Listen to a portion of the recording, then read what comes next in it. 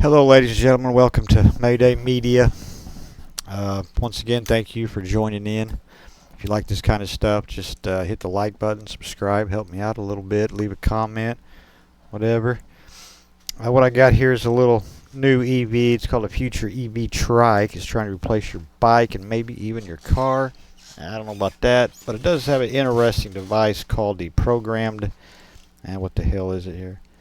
A programmed restraint device, and that's this here. I think it's ugly as piss. I would rather not have that on my bike, but we'll give it a look-see and see what it is. The trike itself is not bad. I'd rather have a gas, something like that, that size. I mean, I've got an e-bike, and it's the range isn't quite. I have range anxiety on my e-bike, so I can only imagine something like this. Here we go here. Safety is a double-edged sword on motorcycles. Between the thrill of being on a bike and racing yourself, you're safe out on the road. It's a subtle balancing act. The unique three-wheeled electric learning motorcycle tries to redefine the boundaries of motorcycle safety. Kairos belongs to a non-existent category, not a car, not a motorcycle, not a scooter, not a quadricycle. So what is it then? It's a trike, unlike a conventional model of the likes of Harley-Davidson. The Kairos corners, the rear wheels tilt, enabling it to lean into bends. I've seen a lot of this before on other types of trikes and things. I think they've got it figured out now. It's technically a motorcycle that offers car-like safety. The first is called a programmed restraint device. It's a tubular structure integrated into the front of the motorcycle that particularly couples the rider to the chassis during a frontal impact. We say partially because it also decouples when needed, for instance, in case of a higher impact crash, releasing the rider at a speed significantly lower than it would have been otherwise. The idea for the PRD is to absorb energy before releasing the rider in the most extreme cases at reduced speeds. We're told the device is more user-friendly than a seat belt because it requires no human input. You can't forget to put it on or ignore the warnings. It's all about integrating protection directly into the vehicle. Yet it's ugly too. This is, I guess, one of the first prototypes. You notice, I just wouldn't want that right there in my chest. I mean, I want to be moving my arms around. I mean, come on, right?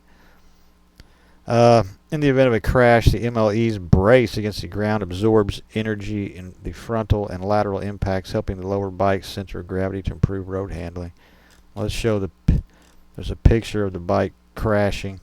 Yeah, right there. See, there's the device that's supposed to lock you in. And I'm supposing, what did it say? That was at higher speeds it's supposed to lock you in. Lower speeds, I can't remember now. That said, the use of a solid-state battery also depends on how electric motorcycles allow the idea to create a standalone motorcycle, but offer the technology to other manufacturers to improve safety across the two-wheeler market. It's kind of funky looking, but here's something I've seen here. This one looks to be gas. Let me see if I can pause it. Et offrira une expérience.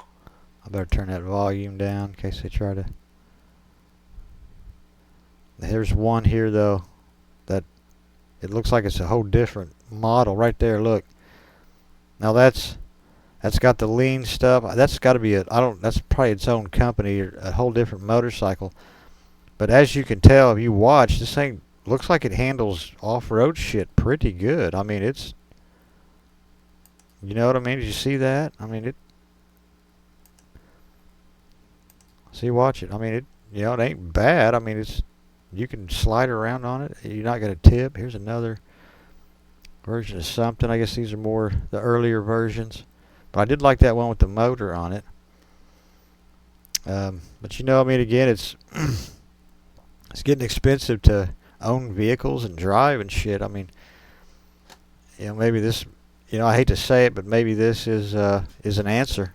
I mean, I don't know specifically, but it's something. Like I said, I got an e-bike, and it really makes up for a lot of I can get where I need to go. I can do things I need to do. I used to take it to work every day. I'd have to charge up once a week. It's pretty close to where I lived. It wasn't bad. Here's another part of it. I like how it leans, I do, but again, I would just rather have a, oh, there's a crash test with a regular motorcycle, and you're up and over. Okay, let's see with this one. Didn't show the real model with this one. So that's the different, oh, there it is. Boom, okay, here we go. Here, watch it. Boom! So I did hold the rider in there. As you can see, the device looks like it kind of held it in there. I mean, it did look like it worked, so I mean, I got to say that it looked like it worked. And maybe it's the biggest question here, whether or not Kairos EV works. It probably will in some controlled, perfectly optimized slice of the city life. But whether we actually want this version of mobility, yeah, I don't know. Because once you engineer out of danger the balance, the tiny moments where the things could go wrong, you also start erasing the moments that make riding worth it. At that point, you're left with something safer, smarter, and probably more practical, but also a little empty. And yeah, you know, that is kind of a motorcycle, I guess, having some freedom. I don't know. I think it's a pretty neat little idea. I kind of like the little trike thing. I think it looks kind of cool. I would rather have a option to put a gas engine in it, of course. But I'd take it if somebody gave it to me. Yeah. Alright guys, I'm going to stop this one. Like, subscribe, leave a comment. Thank you.